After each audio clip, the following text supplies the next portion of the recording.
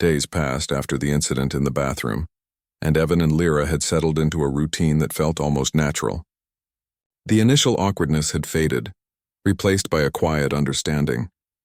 Evan had learned to read her subtle shifts in color, interpreting her moods in a way that felt like learning a new language.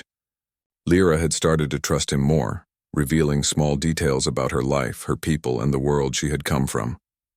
There was no rush, no pressure, just the steady growth of trust between two beings from entirely different worlds. One evening, as the sun set outside the tall windows of their apartment, Lyra invited Evan to sit with her in the living area. The room was bathed in soft, warm light from the city below, but her bioluminescent glow added a layer of quiet magic. She had removed her gloves and loosened her suit at the neck, allowing the soft colors of her skin to ripple gently in golden hues. Evan sat across from her, feeling a strange mix of awe and comfort. "I want to show you something," Lyra said softly. Her voice was calm yet carried a sense of anticipation, something most humans never see. Evan leaned forward, curiosity sparking. "What is it?" Without another word, Lyra extended her hands and a small panel on the table activated. Tiny holographic lights floated above it, forming a map of her home planet. Evan's eyes widened. He had expected pictures or drawings, but this was an interactive map, showing the continents, oceans, and cities with precise details.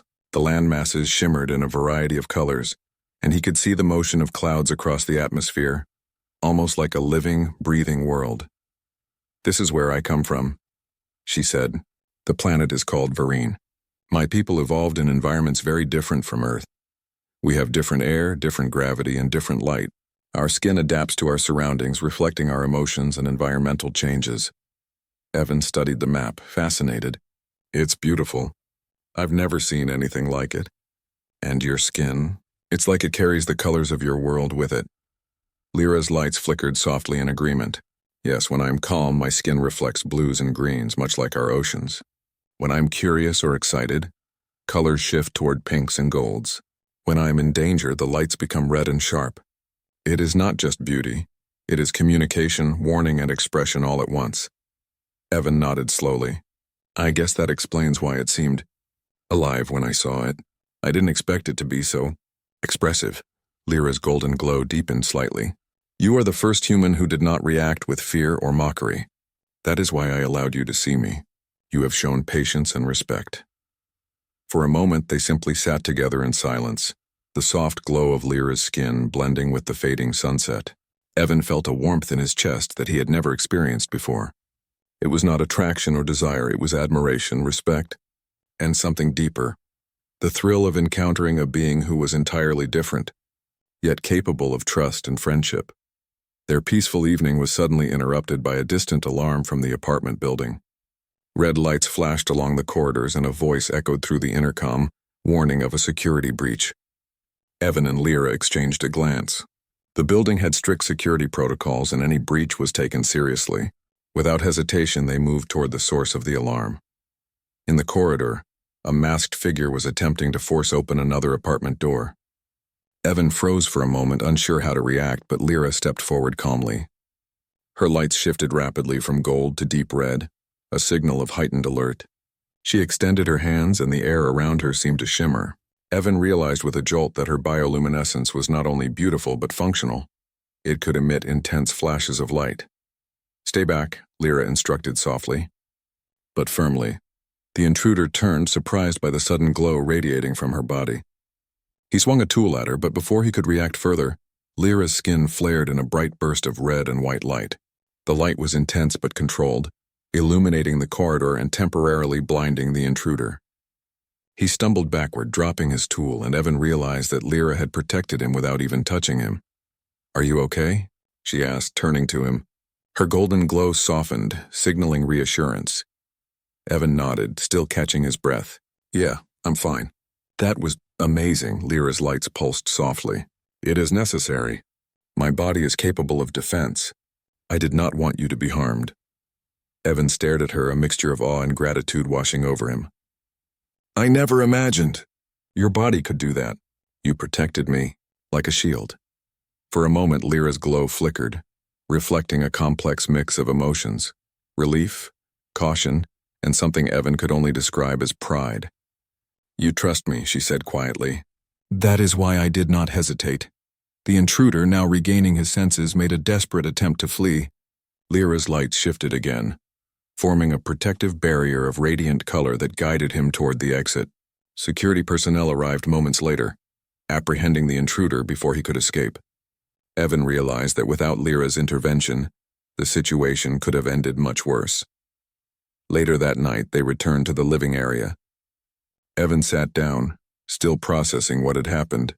"You saved me, and you didn't even get hurt." Lyra's glow shimmered warmly. "I am capable of handling situations like this. My body is not just for beauty, it is for survival. But I value your safety above all else. That is why I acted as I did." Evan nodded, understanding. "You could have hidden.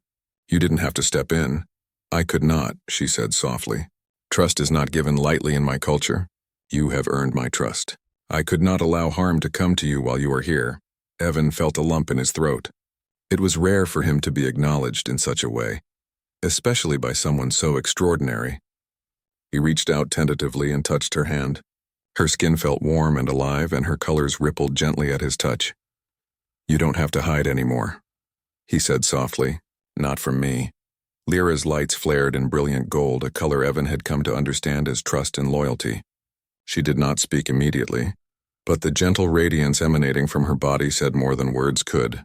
For the first time, Evan felt that they were equals, not human and alien, but companions learning from each other, sharing a connection that transcended species.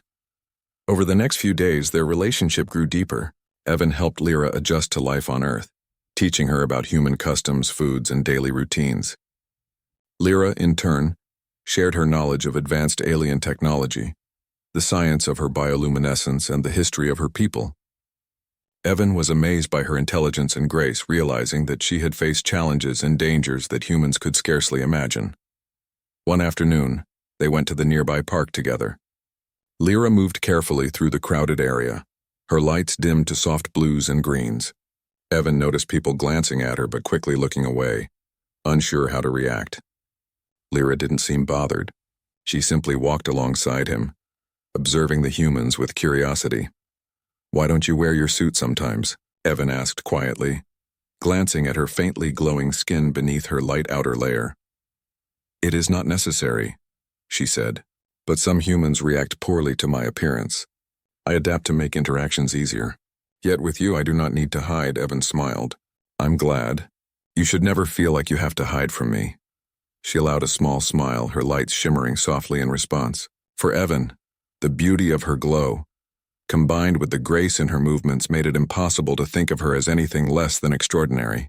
He realized that their friendship, built on trust and understanding, was something rare and precious, something worth protecting at all costs. That evening, as they returned to their apartment, they found a package waiting outside their door. Lyra examined it carefully, her skin flickering in cautious greens. Inside, they discovered an advanced device, an alien translator and personal assistant, sent from Lyra's people as a gift to help her adjust to Earth. Evan was fascinated, marveling at the sleek design and subtle glow of the device. Lyra explained how it worked, how it could interpret multiple languages and even analyze human behavior to improve communication. "This is incredible," Evan said, his eyes wide with excitement. "It's like something out of science fiction." Lyra's lights flickered warmly. "It is a tool of understanding. You will help me use it, yes?" "Of course," Evan replied, feeling a sense of pride and connection. "We'll figure it out together." As the night drew on, they sat together in the living room, the soft hum of the alien device blending with the quiet city outside. Lyra's glow filled the room with warmth, casting gentle patterns across the walls. Evan realized that the strange and extraordinary experiences he had faced since moving in, seeing her in her natural form, witnessing her protective abilities, learning about her people, had changed him. He felt more open, more curious, and more appreciative of the universe's mysteries. For the first time, Evan understood that being human was not just about strength or intelligence. It was about empathy, trust, and the willingness to see beauty in the unfamiliar. And in Lyra, he had found a teacher, a friend, and perhaps something even more extraordinary, a companion who challenged his perceptions and expanded his understanding of what life could be. As they sat together, Sharing quiet conversation and gentle laughter, Evan realized that the apartment, the city, and even the planet itself felt different now. It was not just a place to live. Ethan moved carefully through the dense, sickly green fog of the toxic marshlands, his boots sinking slightly into the squelching surface with every step. The air was thick with the acrid stench of chemicals leaching from the swamp, and each breath burned his throat, leaving a bitter taste that lingered far too long. Most explorers avoided this region, claiming it was a death trap, but Ethan had never been one to follow the crowd. He believed in discovering what others feared. His job as a researcher for the Galactic Science Corps demanded courage, and he had learned to endure far worse than foul air and poisonous water. He scanned the horizon through his respirator's lenses, noting the subtle color changes in the swamp. His sensors had picked up an unusual energy signature earlier, a spike that did not match any known flora or fauna. Ethan's curiosity pulled him forward step by cautious step. Every instinct screamed for him to retreat, yet something else, an inexplicable sense of urgency, kept him moving deeper into the swamp's heart. Then, a sudden splash interrupted the monotony of bubbling sludge. Ethan froze. His ears, trained to detect even the faintest sound, caught it immediately. A voice, or perhaps a scream, muffled and desperate. He swiveled toward the direction of the sound. Through the haze he glimpsed a movement, a figure struggling against the viscous water, their limbs flailing as the swamp seemed to pull them under with unnatural strength. Without thinking twice, Ethan ran. He kicked through the sludge, feeling the cold, toxic liquid seep through his protective suit. His heart pounded as adrenaline coursed through his veins. Every rational thought told him to wait for backup, to signal the Galactic Science Corps for help. But the voice, pleading, terrified, demanded action. He dove forward, ignoring the sting as acid-like droplets of swamp water burned exposed skin. The figure in the swamp was unlike anything he had seen before. They were taller than a human, with long limbs that moved with astonishing strength despite their struggle. Their armor, broken and cracked, glimmered faintly with a strange blue light, the edges scorched as if by fire. Ethan realized immediately that this was not an ordinary being. They radiated an aura of power that made the air around them almost vibrate. He reached out and grabbed the figure's arm, pulling with all his might. The sludge resisted, clinging to his hands and boots like a living thing. Each movement was exhausting, as if the swamp itself wanted to claim him. But Ethan refused to let fear control him. With one final, powerful heave, he dragged the figure onto a small patch of solid ground that had somehow formed among the muck. Both of them lay there, gasping and covered in slime. Ethan coughing violently as he tried to clear the swamp's toxins from his lungs. The alien woman he had saved was unconscious, but he could see her chest rise and fall faintly, proof that she was alive. Her armor was engraved with strange markings that pulsed faintly, like it was alive. Ethan had read about ancient warriors in the galactic archives, but nothing prepared him for this. Whoever she was, she belonged to stories and legends, not reality. And yet here she was before him, injured and vulnerable. Ethan worked quickly. He used the emergency medkit in his pack, applying antiseptic gels that hissed and fumed when they touched her exposed skin. He fashioned a crude sling to support her arm, being careful not to touch her armor too much. Every instinct told him this being was dangerous, yet he felt no fear. Instead, there was only a deep, unwavering resolve. He would save her, no matter what the cost. Hours passed as he worked, repairing what he could and waiting for her to awaken. The swamp around them was alive with strange sounds, the slithering of unknown creatures, the distant roar of unseen predators, and the constant hiss of the swamp's acidic vapors. Ethan remained vigilant, alert to every noise, yet his attention remained fixed on the woman. He had no idea who she was, but something in the way her body moved, even in unconsciousness, spoke of strength and purpose beyond his comprehension. As dusk approached, the woman stirred. Her eyes opened slowly, revealing an intense, piercing gaze that seemed to look through Ethan, sizing him up instantly. She tried to sit, but the injuries slowed her movements. Ethan steadied her carefully. "You saved me," she said, her voice hoarse and cautious. "I did what anyone should do," Ethan replied, brushing a strand of slime-covered hair from her face. "No one deserves to die in a swamp, not even someone who looks as powerful as you." She studied him, her brow furrowing slightly. "You risked your life for a stranger," she said softly, almost in disbelief. "You could have died." Ethan shrugged, trying to hide the fatigue that weighed heavily on him. Maybe, he admitted. But I couldn't let you drown. Call it human stubbornness. A small, almost imperceptible smile touched her lips. Human stubbornness, she repeated as if tasting the words for the first time.